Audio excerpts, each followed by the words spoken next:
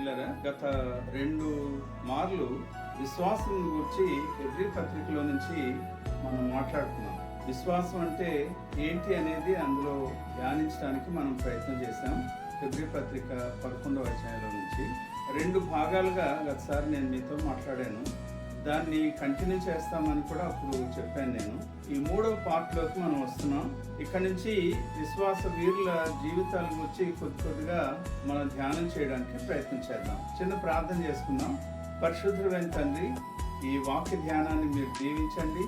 ఈ వీడియో చూస్తున్నవారు, వింటున్నవారు వారి విశ్వాస జీవితాన్ని వాక్యం పైన ఆధారం చేసుకుని మీకు ఇష్టమైన, మీకు అంగీకారమైన జీవితాన్ని జీవించినట్లు మీరే సిద్ధపరచమని, తద్వారా మీరు మహిమ పొందమని మా ప్రభువైన యేసు నామములో ప్రార్థిస్తున్నాం తండ్రి, ఆమేన్. హెబ్రీ పత్రిక 11వ అధ్యాయంలో మనం విశ్వాస వీరుల జాబితాను చూస్తాం. ఒకసారి బైబిల్ తెరిచుంచుకోండి. హెబ్రీ పత్రిక 11వ అధ్యాయంలో నుంచి మనం కొన్ని మాటలు చదువుకుంటాం. 3వ వచనం నుండి మనం గమనిస్తే, ప్రపంచములు దేవుని వాక్యము వలన నిర్మాణమైనవనియు అందును బట్టి దృశ్యమైనది కనబడెడు పదార్థములచే నిర్మింపబడలేదనియు విశ్వాసము చేత గ్రహించుకొనుచున్నాము. విశ్వాసమును బట్టి హేబెలు కయీను కంటే శ్రేష్టమైన బలి దేవునికి అర్పించెను. దేవుడు అతని అర్పణలను గూర్చి సాక్ష్యం ఇచ్చినప్పుడు అతడు ఆ విశ్వాసమును బట్టి నీతిమంతుడని సాక్ష్యము పొందెను. అతడు మృతునందియు ఆ విశ్వాసము ద్వారా మాట్లాడుచున్నాడు అనే మాటలు మనం గమనిస్తున్నాం. మనకు తెలుసు, ఏదైనా తోటలో మొట్టమొదట జరిగిన పాపం ఏంటి అని ఎవరినైనా ప్రశ్నిస్తే, నేను గతసారి కూడా ఈ మాట చెప్పినట్టున్నాను, సాధారణంగా వచ్చే జవాబు ఏంటంటే, హవ్వ తర్వాత ఆదాము దేవుడు తినవద్దని చెప్పిన పండును వారు తిన్నారు అని చెప్తాం మనం. అది సాధారణంగా వచ్చే జవాబు.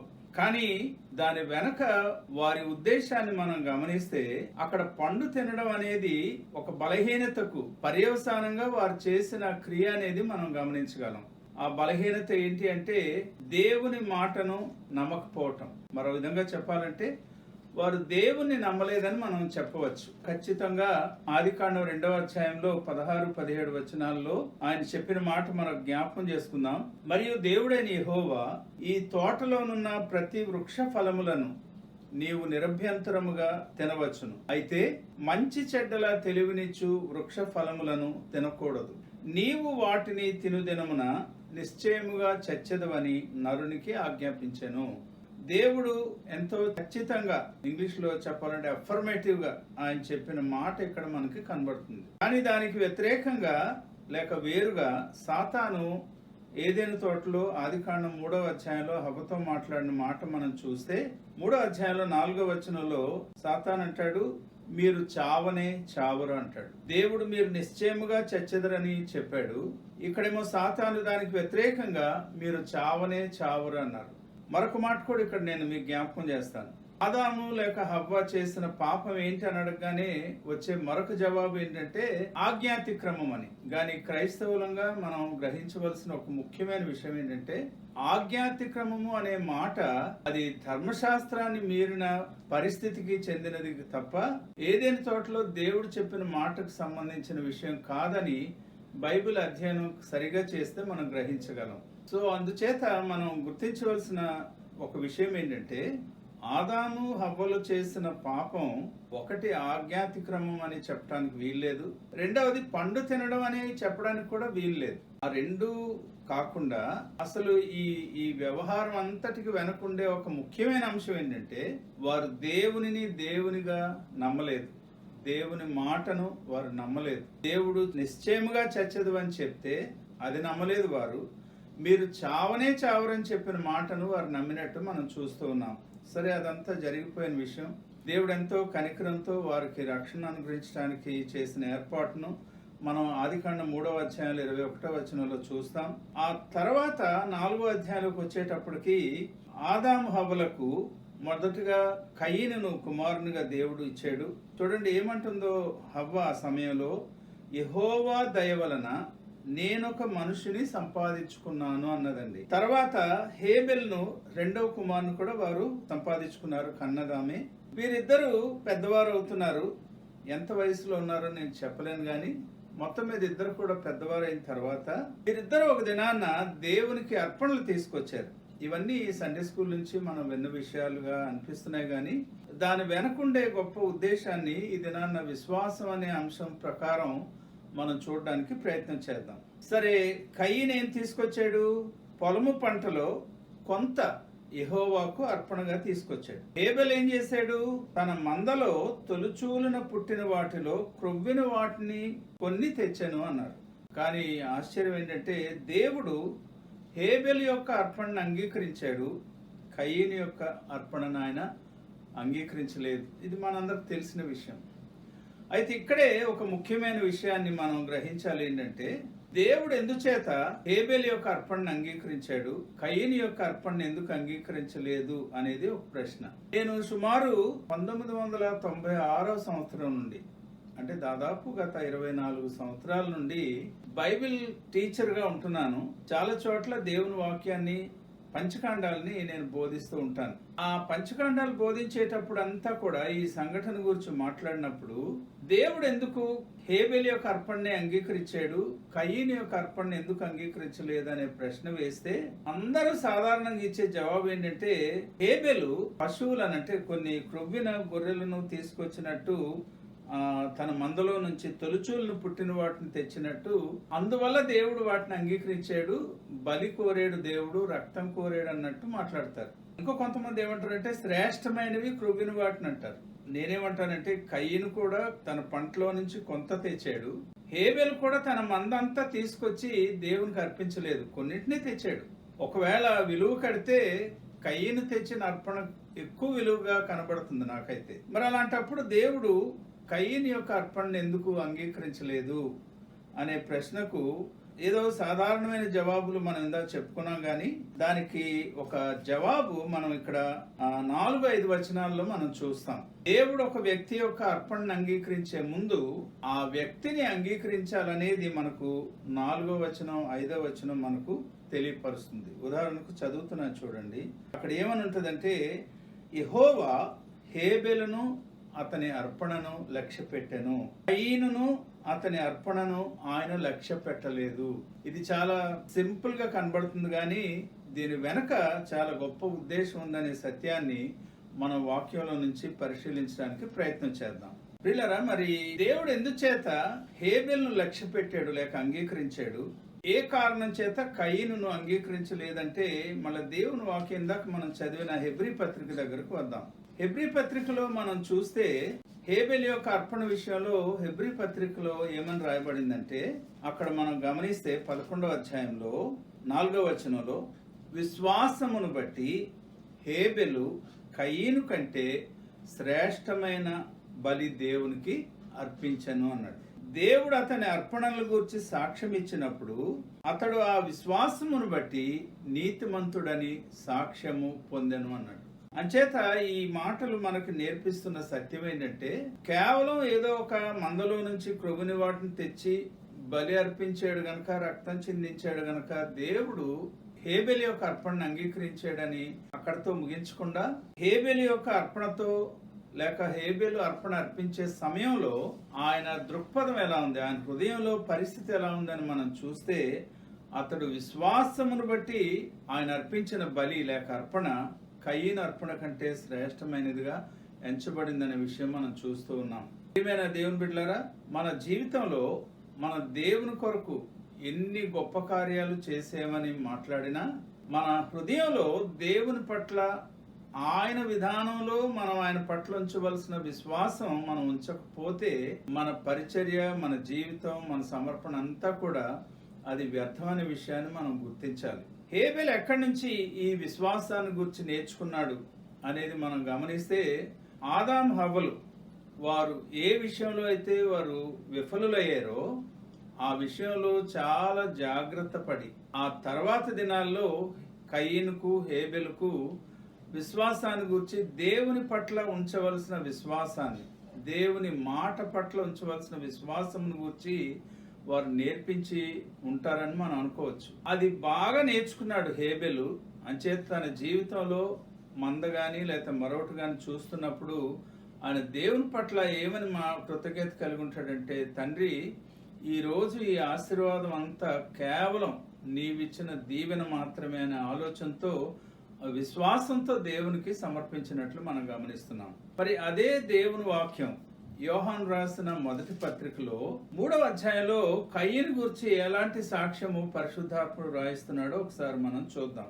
అక్కడ యోహాను రాసిన మొదటి పత్రిక 3వ అధ్యాయంలో 12వ వచనంలో చూస్తే, మనము కయ్యను వంటి వారమై ఉండరాదు, వాడు దుష్టుని సంబంధి అయి తన సహోదరుని చంపెను అన్నాడు. ఇక్కడ మనం జాగ్రత్తగా గమనించవలసిన ఒక విషయం ఏంటంటే, కయ్యను దుష్టుని సంబంధి అయ్యాడు అని మనం చూస్తున్నాం.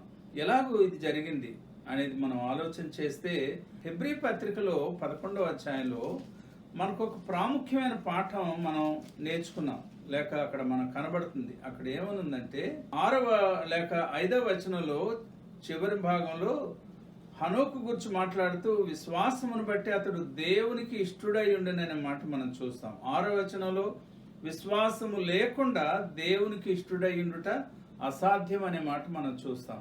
అంచేత విశ్వాసము హృదయంలో దేవుని పట్ల, ఆయన మాట పట్ల విశ్వాసం కలిగి ఉంటే అటువంటి వ్యక్తికి దేవునితో సంబంధం ఏర్పడుతుంది. ఎవరైతే తమ జీవితంలో దేవుని మాట పట్ల, దేవుని పట్ల విశ్వాసాన్ని కలిగి ఉండరో వారికి దేవునితో సంబంధం ఉండదు. వెంటనే ప్రక్కనే వెయిట్ చేస్తున్న సాతానుతో వారికి సంబంధం ఏర్పడుతుంది. అందుచేత కయీను హేబెలు విషయంలో ఏదో మామూలుగా మాట్లాడేసుకోవడం కాదు, కానీ మన జీవితంలో ఇది ఒక పెద్ద పాఠం.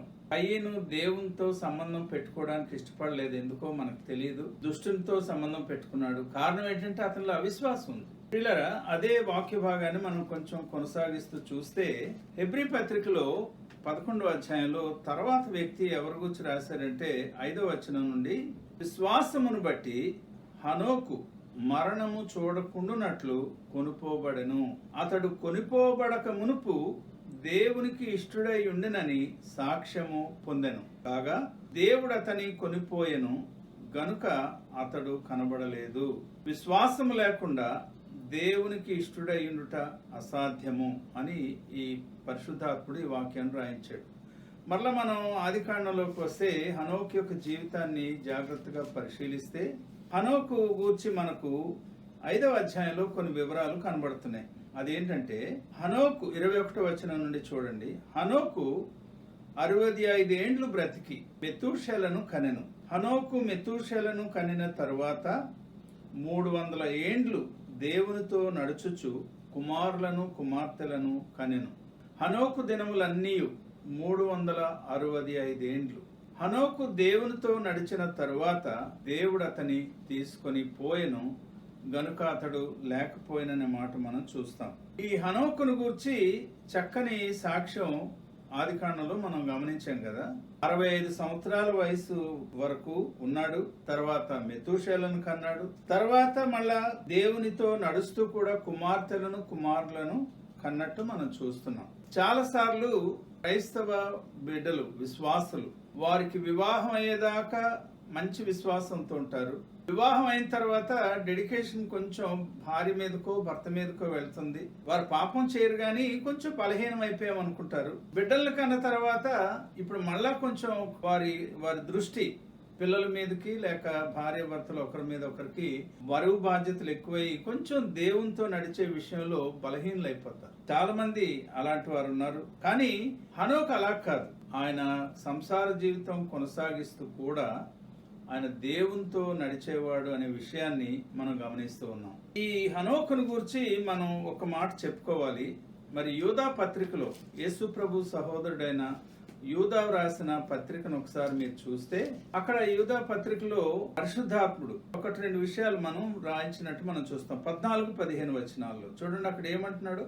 ఆదాము మొదలుకొని 7వ వాడైన హనోకు కూడా వీరిని గూర్చి ప్రవచించి ఇట్లనెను, ఇదిగో అందరికీ తీర్పు తీర్చుటకును వారిలో భక్తిహీనులందరూ భక్తిహీనముగా చేసిన వారి భక్తిహీన క్రియలన్నిటిని గూర్చి, భక్తిహీనులైన పాపులు తనకు విరోధముగా చెప్పిన కఠినమైన మాటలన్నిటిని గూర్చి వారిని ఒప్పించుటకును ప్రభువు తన వేవేల పరిశుద్ధుల పరివారముతో వచ్చెను అంటాడు. హనోకును యూదా అనే భక్తుడు ఒక ప్రవక్తగా మన ముందు చూపిస్తున్నాడు. ఆదికాండంలో ఇందాక మనం చదివిన ఆ కొద్ది వివరాల్లో మనకేమీ కనపట్లేదు కానీ యూదా అనే ఈ దైవజనుడు భక్తుడు హనోకుకు ఎంత ఉన్నతమైన స్థానాన్ని ఇచ్చాడో ఒకసారి మీరు గమనించండి. అక్కడ మీరు జాగ్రత్తగా చూస్తే బైబిల్లో 66 పుస్తకాలు మాత్రమే ఉన్నాయి. కానీ అంటే దైవజనులు చర్చ్ ఫాదర్స్ అన్నవారు ఏ పుస్తకాలు దేవుని ప్రత్యక్షతతో రాయబడినని చెప్పి 66 మాత్రమే, పాత నిబంధనలో 39, క్రొత్త నిబంధనలు 27 పుస్తకాలు కలిపి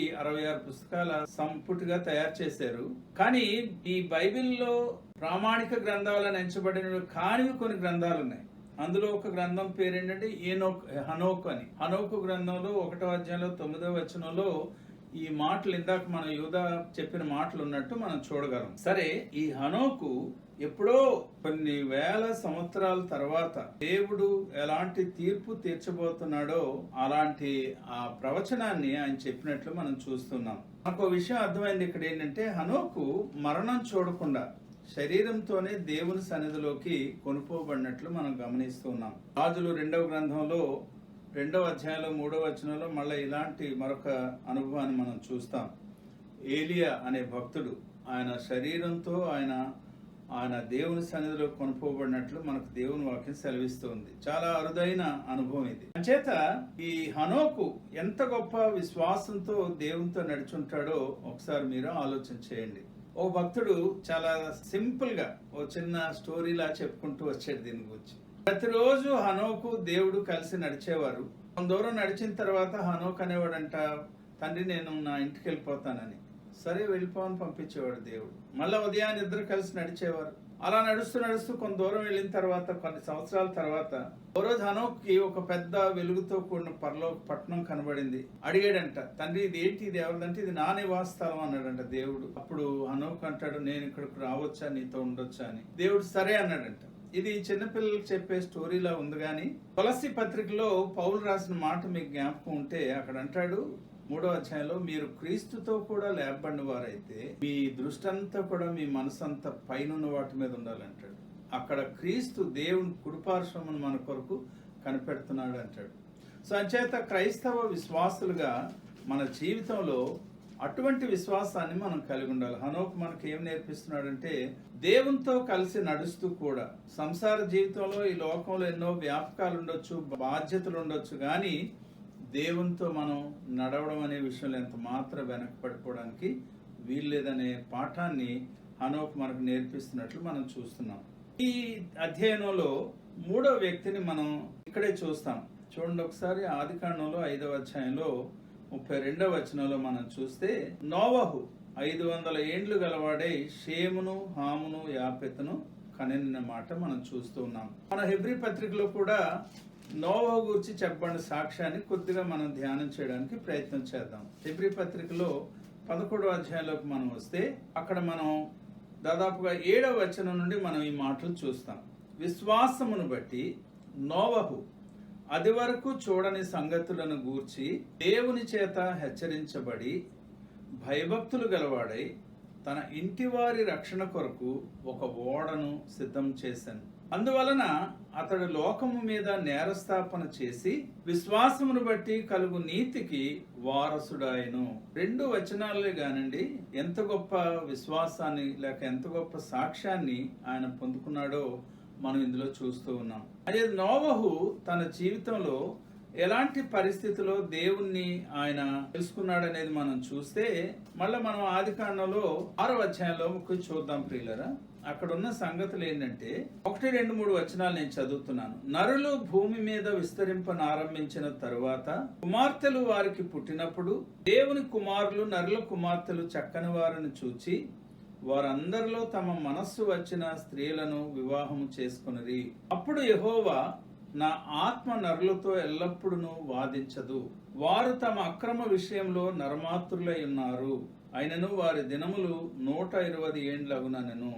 తర్వాత మీరు చూస్తే 5వ వచనంలో, నరుల చెడుతనము భూమి మీద గొప్పదనియు వారి హృదయం యొక్క తలంపులలోని ఊహ అంతయు ఎల్లప్పుడూ కేవలము చెడ్డదనియు యెహోవా చూచి తాను భూమి మీద నరులను చేసినందుకు యెహోవా సంతాపము నొంది తన హృదయంలో నొచ్చుకొనెను. అని మనం చూస్తున్నాం. ప్రియులారా, ఇటువంటి భయంకరమైన పరిస్థితుల్లో నరులు దిగజారిపోయినట్టు మనం చూస్తున్నాం. ఈ 1-2 వచనాల్లో ఉండే ఒక సందర్భం లేక ఒక సంఘటన, దాని గురించి నేను ఇప్పుడు వివరించడం లేదు. దీని మీద ఎవరికి ఇష్టం వచ్చిన ఆలోచనలు వారు చెప్పడానికి ప్రయత్నం చేశారు. వాటిలో చాలా ఆలోచనలు వాక్యానికి ఆధారం లేని ఆలోచనలు అనేది మీకు అర్థమైపోయి ఉండాలి. ఇక్కడ దేవుని కుమారులు అంటే వారు కేవలం షేతు యొక్క సంతానం అని మనం గ్రహించాలి. నరుల కుమార్తెలు అంటే వారు కయీని యొక్క సంతానం అని మనం గ్రహించాలి. అంతకంటే ఎక్కువ ఆలోచిస్తే దేవుని వాక్యంలో నుంచి మనం దూరంగా వెళ్ళిపోవాల్సి వస్తుంది. చాలా మంది పెద్ద పెద్ద పేరున్న వారు దీని మీద వారికి తోచిన వివరాలు చెప్పారు, కానీ అవన్నీ మనం మనసులో పెట్టుకోవడానికి వీల్లేదు. నరులు అక్రమ విషయంలో నరమాత్రులైపోయి వారు దేవునికే సంతాపం తీసుకొచ్చే స్థితిలో ఉంటే, ఇంత భయంకరమైన పరిస్థితుల్లో నరులు ఉన్నట్టు మనం గమనిస్తున్నప్పుడు, మరి నోవహు ఎలా ఉన్నాడో మనం ఒకసారి చూద్దాం. మీ బైబిల్ తెరిచి చూడండి. నేను ఒక 4 విషయాలు మీ ముందు ఉంచుతున్నాను. అందులో మొదటిది ఏంటంటే 8వ వచనంలో మనం చూస్తాం. అయితే చూడండి, ఆ మాట ఎలా ప్రారంభించాడు. అయితే అంటే ఇన్ స్పైట్ ఆఫ్, వారు అన్ని విధాలుగా చెడిపోయిన స్థితిలో మనుషులందరూ ఉంటే నోవహు యెహోవా దృష్టి యందు కృప పొందినవాడు ఆయను. ఇంగ్లీష్ లో అంటాడు Noah found favour in the eyes of God. అది మొదటి విషయం గుర్తించండి. రెండవది మీరు 9వ వచనంలో చూస్తే అక్కడ ఏమనుందంటే, నోవహు నీతిపరుడును తన తరములో నిందారహితుడునై ఉండుననే మాట మనం చూస్తాం. ఆయన నీతిపరుడు, తర్వాత తన తరములో నిందారహితుడుగా ఉన్నట్టు మనం చూస్తాం. అదే 9వ వచనంలో మరొక ఆలోచన ఏంటంటే, నోవహు దేవునితో కూడా నడిచినవాడు. హి వాక్డ్ విత్ గాడ్. ఎంత బ్యూటిఫుల్ అండి. తర్వాత 7వ అధ్యాయంలో మనం 1వ వచనం మళ్ళా చూస్తే అదే మాటలు 6వ అధ్యాయం 9లో ఉన్నవే. దేవుడు నోవహుతో అంటాడు, ఈ తరము వారిలో నీవే నా ఎదుట నీతిమంతుడు అయినట చూచితిని అంటాడు. So he was a righteous person in the sight of God.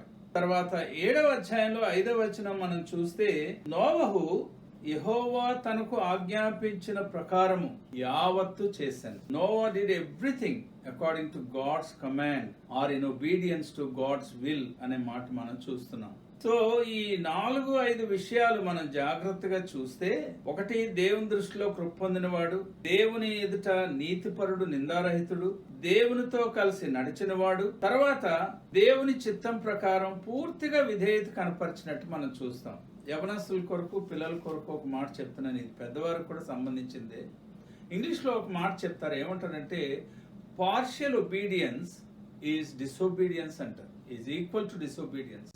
ఎవరైతే దేవునికి లోబడ్డ విషయంలో పాక్షికంగా లోబడతారో వారు పూర్తిగా లోబడినట్టు కాదు, వారు అవిధేయులైనట్టే. Only perfect obedience is obedience towards God అంటారు. అంటే దేవుని చిత్తాన్ని వాక్యంలో తెలుసుకుంటూ దానికి పరిపూర్ణంగా లోబడడం అనేది దేవుని వాక్యం మనకు నేర్పిస్తుంది.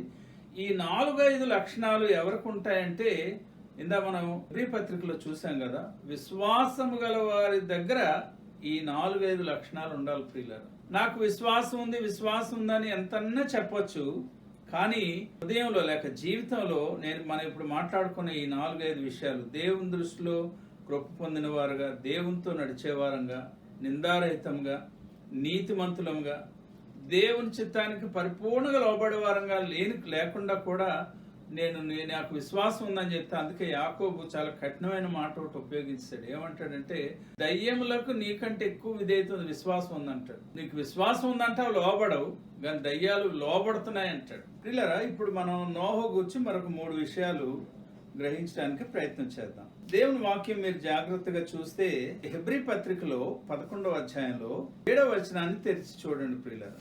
అక్కడ ఏమంటాడంటే, విశ్వాసమును బట్టి నోవహు అది వరకు చూడని సంగతులను గూర్చి దేవుని చేత హెచ్చరించబడి అనే మాట మనం చూస్తాం. అది వరకు చూడని సంగతులు అంటే ఏంటి అంటే, 1-2 మాటలు నేను వివరాలు చెప్పను కానీ క్లుప్తంగా మాట్లాడతాను. మీరు దేవుని వాక్యాన్ని జాగ్రత్తగా చూస్తే ఆదికాండంలో 2వ అధ్యాయాన్ని ఒకసారి తెరిచి చూడండి. అక్కడ జరుగుతున్న లేక రాయబడిన ఒక మాట నేను మీకు చదువుతున్నాను చూడండి. 5వ వచనంలో మీరు చూస్తే, అది వరకు పొలమందలి ఏ పొదయు భూమి మీద ఉండలేదు, పొలమందలి ఏ చెట్టును మొలవలేదు, ఏలయనగా దేవుడైన యెహోవా భూమి మీద వాన కురిపించలేదు. ఏమండి, తర్వాత 6వ వచనం చూడండి. అయితే ఆవిరి భూమి మీద నుండి లేచి నేల అంతటిని తడిపెను. అంటే ఈ మాటలు బట్టి మనకు అర్థమవుతున్న విషయం ఏంటంటే, సుమారు నోవహు కాలం వరకు వర్షం పడలేదు అనే ఒక ఆలోచన ఉంది. ఇందులో 2 తలంపులు ఉన్నాయి. చాలా జాగ్రత్తగా ఇవన్నీ నేను ధ్యానం చేశాను, స్టడీ చేస్తే. కొంతమంది ఏమన్నారంటే, ఆదాము పాపంలో పడిన తర్వాత వర్షం పడ్డాది అంటారు కొంతమంది. లేదు, వర్షం పడలేదనేది ఇప్పుడు నేను చదివిన వాక్యం ప్రకారం మనం చూస్తున్నాం. కానీ ఎక్కువగా దీని గురించిన బలమైన ఆలోచన ఏంటంటే వర్షం లేదు. అలాంటప్పుడు దేవుడు ఆకాశాన్ని తెరిచి నేను వర్షాన్ని కుమ్మరిస్తానంటే, అందుకే అది వరకు చూడని సంగతులు అన్నారు కదా హెబ్రీ పత్రికలో. ఎలా నమ్మగలిగాడు నోవహు? రెండో విషయం, అంతవరకు వారికి ఒక పడవ గాని ఒక ఓడ గాని దాని అవసరత లేకపోయింది. కానీ దేవుడు ఒక పడవను తయారు చేయమని దానికి కావలసిన ఆలోచనలన్నీ, ప్లాన్ అంతా దేవుడు ఇస్తే నోవహు ఎలాగూ అదంతా గ్రహించగలిగాడు, ఎలాగూ ఆ కార్యక్రమాన్ని ఆయన ప్రారంభించాడు. ఒక దైవజనుడు చక్కని ఆలోచన చెప్పాడు. ఏమన్నాడంటే, ఓడ తయారు చేయాలంటే కర్ర కావాలి, కర్రలు కావాలంటే చెట్లు కావాలి, చెట్లు కావాలంటే వాటికి విత్తనాలు కావాలి. నోవహు గూర్చి మనం గమనిస్తే ఆయన చాలా సంవత్సరాలు బ్రతికాడు కదా. నోవహు కొన్ని 600 సంవత్సరాలు పైన ఆయన బ్రతికినట్టు మనం చూస్తూ ఉన్నాం. దాదాపు 950 ఏండ్లు బ్రతికాడు నోవహు. 9వ అధ్యాయంలో 29వ వచనం చూస్తే నోవహు సుమారు 950 సంవత్సరాలు బ్రతికాడు. కానీ ఈ పని ప్రారంభించేటప్పటికి దాదాపు 500-600 సంవత్సరాల మధ్యలో ఉంది. ఇంకా 600 సంవత్సరాలు వచ్చేటప్పటికి ప్రళయం వచ్చింది, వర్షం పడింది.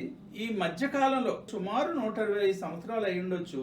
నోవహు తన కుమారులను తీసుకొని ఆయా గ్రామాలకు వెళ్ళి అక్కడి నుంచి ఈ చిత్తిసారకపు ఈ మ్రానుల కోసం, చెట్ల కోసం విత్తనాలు కొనేవాడంటారు. ఇవన్నీ మీరు ఊహించండి. బస్తాలు బస్తాలు విత్తనాలు కొన్నారు. అమ్మినోళ్ళు అడుగుతున్నారు, ఆ బస్తాలు ఇంటికి తెస్తున్నప్పుడు చూసిన వాళ్ళు అడుగుతున్నారు. దేనికోసం ఇవన్నీ? నోవహు చెప్తాడు, దేవుడు మనుషుల మీదకి తీర్పు పంపిస్తున్నాడు, జలప్రళయం రాబోతుంది, జాగ్రత్త. దేవుడు నన్ను ఒక ఓడ నిర్మించమన్నాడు. ఓడకు కర్ర కావాలి గనక ఇదిగో ఈ విత్తనాలు వేస్తున్నాను, మ్రానులు పెరుగుతాయి, అప్పుడు నేను ఓడ తయారు చేస్తానని. సరే, తీసుకొచ్చారు. పొలాలు ఎన్ని దున్నుంటారో, ఎన్ని ఎకరాలు. అందరూ అడుగుతున్నారు, ఎందుకు ఇలా దున్నుతున్నారు? మళ్ళీ అదే జవాబు. తర్వాత విత్తనాలు వేసారు, వాటికి రోజు నీళ్ళు వేస్తున్నారు, చక్కగా పెంచుతున్నారు. అందరూ అడుగుతున్నారు, ఏంటి ఇదంతా? దేవుడు ఒక దినాన్ని తీర్పు తీర్చబోతున్నాడు అని, జలప్రళయం రాబోతుంది, జీవితాలు మార్చుకోండి అని. మీకు జ్ఞాపకం ఉందా? ఇలారా పేతురు తన పత్రిక రాస్తూ చాలా ఒక వింతైన విషయం రాశాడండి. అది ఒకసారి మీరు పేతురు రాసిన మొదటి పత్రిక 3వ అధ్యాయం తెరిస్తే మీకు కనబడుతుంది. 19-20 వచనాలు ఏమంటాడంటే, దేవుని దీర్ఘశాంతము ఇంకా కనిపెట్టుచుండినప్పుడు పూర్వం నోవహు దినములలో ఓడ సిద్ధపరచబడుచుండగా అవిధేయులైన వారి యొద్దకు, అనగా చెరలోనున్న ఆత్మల యొద్దకు. మీరు న్యూ అమెరికన్ స్టాండర్డ్ బైబిల్ చూస్తే అనగా తర్వాత ఇప్పుడు అనే పదం మనం వాడాలి. అనగా ఇప్పుడు చెరలోనున్న ఆత్మల యొద్దకు ఆయన ఆత్మరూపిగానే వెళ్ళి వారికి ప్రకటించను అంటాడు. ఈ వచనం మోస్ట్ మిస్అండర్స్టూడ్ వచనం, చాలా అపార్థం చేయబడిన వచనం ఇది. చాలా మంది అమాయకంగా ఏమనుకుంటారంటే, ఈ వచనాన్ని తీసుకొని, అలాగే దీంతో పాటు ఎఫ్సి పత్రిక 4వ అధ్యాయంలో చెరగా పట్టుకెళ్ళాడనే వచనాన్ని తీసుకొని ఈ రెండింటిని కలిపేసి యేసుక్రీస్తు మరణించిన తర్వాత ఆయన పాతాళంలోకి వెళ్ళి 3 దినాలు అక్కడ చెరలో ఉన్న ఆత్మలకు సువార్త చెప్పి అక్కడి నుంచి చెరగా పట్టుకెళ్ళిపోయాడని. కానీ అది ఇప్పుడు నేను చెప్పాల్సిన విషయం కాదు, దాన్ని వివరించడానికి వేరే సందేశం మనం చూద్దాం. కానీ ఇక్కడ జాగ్రత్తగా దేవుని వాక్యం గమనిస్తే, పూర్వము నోవహు దినములలో ఓడ సిద్ధపరచబడుచుండగా అవిధేయులైన వారి యొద్దకు, అనగా ఇప్పుడు చెరలోనున్న ఆత్మల యొద్దకు ఆయన, అనగా యేసుక్రీస్తు ఆత్మరూపిగానే వెళ్లి వారికి ప్రకటించినన్నాడు. నోవహు ద్వారా దేవుడు సాతాను యొక్క చెరలో, పాపంలో బంధించబడిన వారికి ఆ దినాల్లో సువార్త ప్రకటించాడు. అనవసరంగా దీన్ని తీసుకొచ్చి యేసు ప్రభు మరణానికి సమాధిలోకి వెళ్ళిన తర్వాత ఆయన ఏం చేశాడని వాటి గురించి కలపడానికి ప్రయత్నం చేయకండి. ఆ దినాన్న యేసుక్రీస్తు ఆత్మరూపిగా నోవహు ద్వారా వారికి సువార్తను ప్రకటించాడు. సరే, చెట్లు నరుకుతున్నారు, మళ్ళా అదే ప్రశ్న, ఎందుకు ఇలా ఇన్ని చెట్లు నరుకుతున్నారు?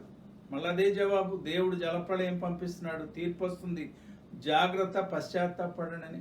ఓడ కడుతున్నారు, ఇల్లు కట్టడాలు చూశారు కానీ ఓడ ఎప్పుడు వారికి తెలియదు, ఓడ ఎందుకో తెలియదు, దాని షేప్ చూస్తేనే చాలా వింతగా ఉంది. ఇదంతా దేనికంటే మళ్ళీ అదే జవాబు.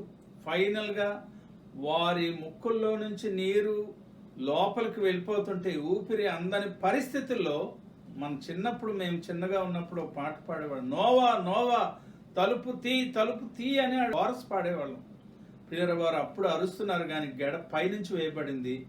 దేవుడు ఆ ఓడకి గెడ వేసినట్టు మనం చూస్తున్నాం. ఆ రీతిగా 8 మంది ఆయన రక్షింపబడినట్టు. మూడో విషయం, నోవా జీవితంలో దేవుని వాక్యాన్ని నమ్మిన కారణంగా తన కుటుంబాన్ని విశ్వాసంలోకి నడిపించడంలో ఆయన విజయవంతమయ్యాడనే విషయాన్ని మనం చూస్తున్నాం. మళ్ళా 3 చెప్పి ముగిస్తాను. మొదటిది, వర్షం లేని దినాల్లో వర్షం వస్తుందంటే నమ్మాడు. పడవంటే ఏంటో, ఓడంటే ఏంటో తెలియని దినాల్లో దాన్ని దేవుడు చెప్తే నమ్మి కట్టాడు. తన కుటుంబాన్ని ఆ రీతిగా తీర్పులోకి రాకుండా, ఇప్పుడు పేతురు చెప్పిన మాటలు అది కూడా మనం చూస్తాం. 8 మంది నీటి ద్వారా రక్షింపబడనే మాట. సో ఆ కుటుంబం, తాను, తన భార్య, కుమారులు 3, వారి కుటుంబాలు రక్షింపబడినట్టు మనం చూస్తాం. దేవుడు అటువంటి విశ్వాసాన్ని మనకు దయచేయను కాక. ప్రార్థన చేద్దాం. పరిశుద్ధుడా, ప్రేమగల తండ్రి, ఈ వాక్యాన్ని దీవించండి.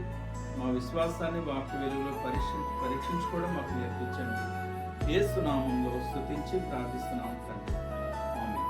మన తండ్రి అయిన దేవుడు, ప్రభు అయిన యేసుక్రీస్తు, పరిశుద్ధాత్మ సదాకాలం మిమ్మల్ని దీవించును.